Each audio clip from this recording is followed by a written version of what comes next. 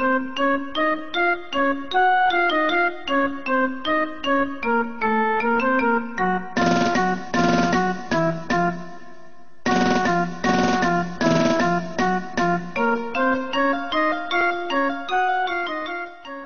episode is devoted to the most worthless aspect of Final Fantasy VIII. That's the card battle side game mini quest known as Triple Triad.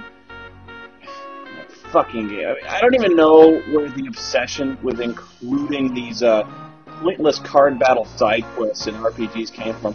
But I think ever since this game, they've just been all over RPGs. I mean, think about it.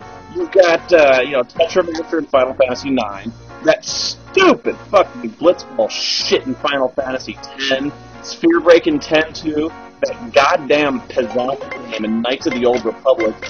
And I'm pretty sure there was something in VIII Empire, and how about a game of Lucky Hit? So here I am, 17 years or something later, trying to relate to you what the Final Fantasy VIII experience was like for me as a kid. And I don't want to do the card battling.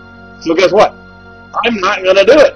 That's right. Oh, I'll put the card game to rest once and for all, but that doesn't mean I have to subject myself to the 40 hours of my life grinding out those motherfucking cards and reloading old saves over and over again every time I lose. No, fuck that. I'm actually going to take your advice for once. I'm not going to play the card game. I did it once. I did my time. Now, I've got YouTube. Now I can just steal footage posted by other sad bastards who are actually insane enough to have enjoyed this bullshit. You were introduced to Triple Triad from the very beginning of the game, a collectible card battle game that swept the entire planet to the point it's all anyone plays. It's like Magic the Gathering on that score, only every person alive, child, adult, or the elderly in every city on the planet has a deck of cards, and you can't actually buy any of the cards.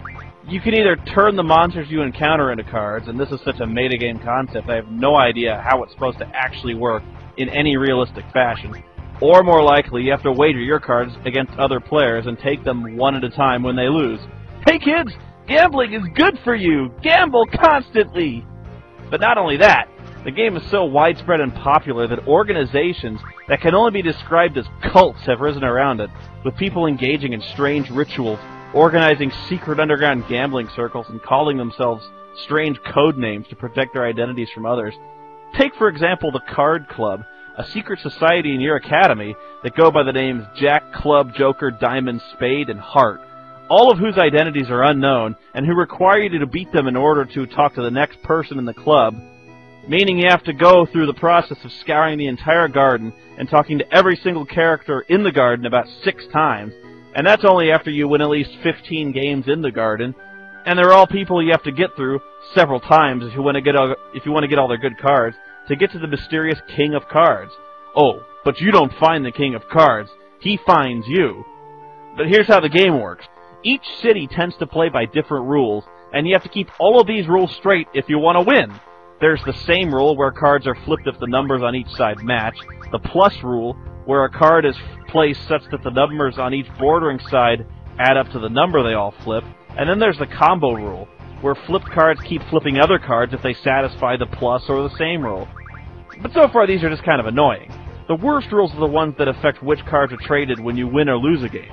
The starting rule is 1, where the winner just takes a card from the loser. The best one, at least if you win, is all, where you get all of the loser's cards. The absolute worst, the worst fucking rule is direct, where each player walks away with the cards that they flipped, meaning you could lose the match and win more cards, but you only win the cards that you flipped. You lose the cards that your opponent flipped, meaning you can bust your ass to get a really rare card, win the match, and still lose your fucking Laguna card because the stupid jackhole managed to flip it early in the fucking game. And did I mention the random rule can suck my pucker? Anyway, this would be bad enough if you knew what cities played what rules. But here's the real catch. The rules change over time. You see, I'm not even really sure how it works, but sometimes the rules from neighboring cities will carry over to other cities like herpes. And if you let a really shitty rule spread too far, like, say, random, it flares up all over the place, and you have to go all over the planet to try and get it treated. and change it to something more manageable.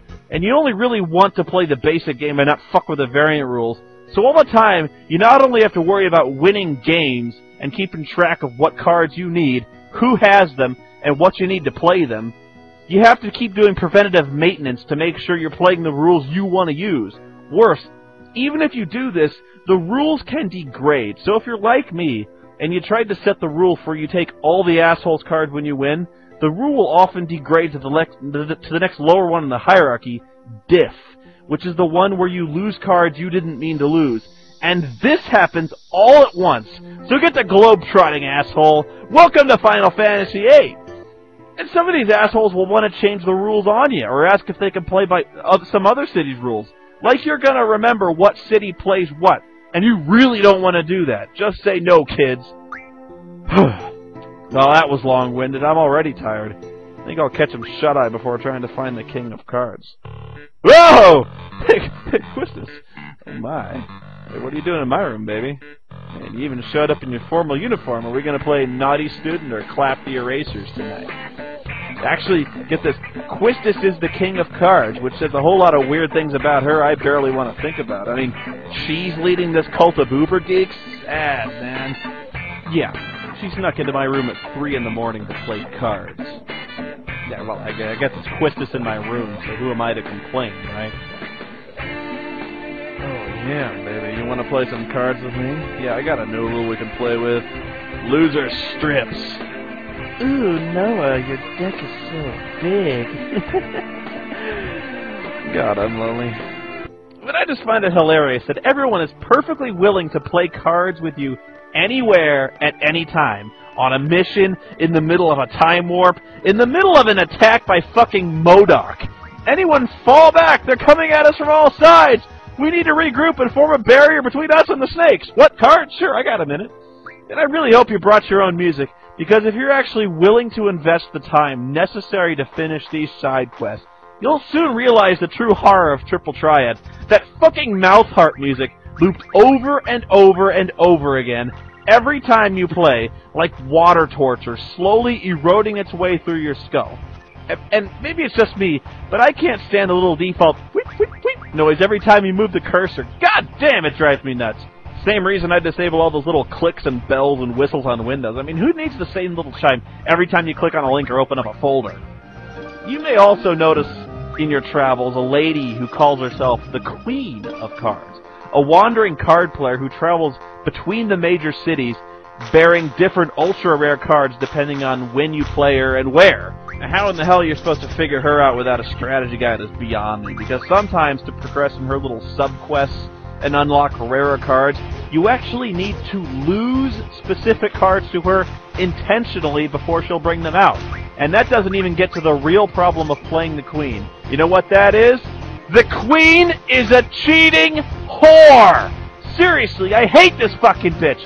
Kiss your cards goodbye, or be prepared to reload constantly, because the Queen chooses her own rules. I mean, what bullshit is that? Lady, this isn't Nom. There are rules. Everyone has to play along with your own creepy little world here? Says who? Who says I can't just stave your fucking head in with my gunblade and take your goddamn cards?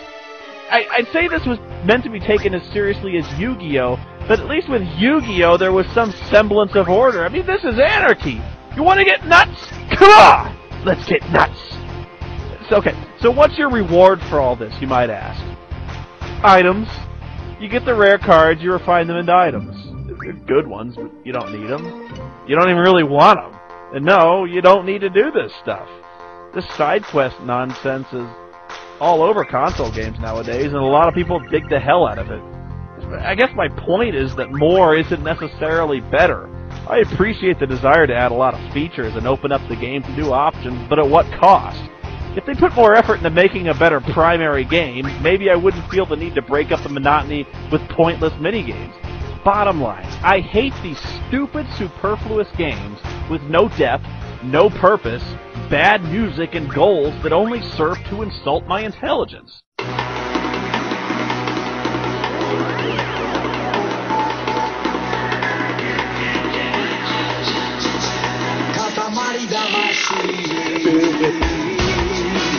Bye.